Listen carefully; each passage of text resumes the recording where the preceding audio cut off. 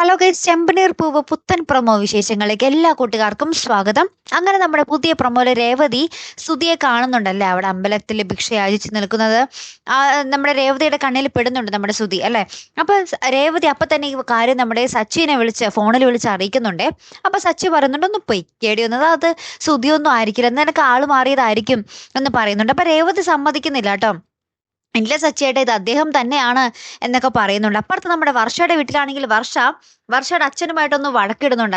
അച്ഛനോട് പറയുന്നുണ്ട്, രേവതി ചേച്ചി മോഷ്ടിക്കില്ല, അച്ഛൻ മനഃപൂർവ്വം രേവതി ചേച്ചിയെ കള്ളിയാക്കാൻ ശ്രമിച്ചത് കൊണ്ടല്ലേ സച്ചിയേട്ടൻ അച്ഛനെ തല്ലേണ്ടി വന്നത് എന്നൊക്കെ പറഞ്ഞ് നമ്മുടെ സച്ചിയേട്ടന്റെയും രേവതിയുടെയും പക്ഷം പിടിച്ച് നമ്മുടെ വർഷ അച്ഛനോട് സംസാരിച്ച് അവിടെ നിന്നും നമ്മുടെ ചന്ദ്രോദയത്തേക്ക് പടി ഇറങ്ങുന്നുണ്ട് കേട്ടോ. പിന്നീട് ഏറ്റവും ലാസ്റ്റ് നമ്മുടെ സച്ചി ആ രേവതി പറഞ്ഞ അമ്പലത്തിൽ വന്ന് നമ്മുടെ സുധിയെ നേരിട്ട് കാണുന്ന ഒരു നിമിഷങ്ങളാട്ടോ. അപ്പൊ സുധി ആകപ്പാടെ ഞെട്ടിത്തെറിച്ച് നിൽക്കുന്നുണ്ട്. ഇനി ഇത് സച്ചി അറിഞ്ഞാൽ പിന്നെ ഉറപ്പായിട്ടും ചന്ദ്രോദയം വീട്ടിൽ പോയിട്ട് സച്ചി ഈ കാര്യങ്ങൾ പാട്ടാക്കുമെന്നുള്ളത് കാര്യം ഉറപ്പാണല്ലേ.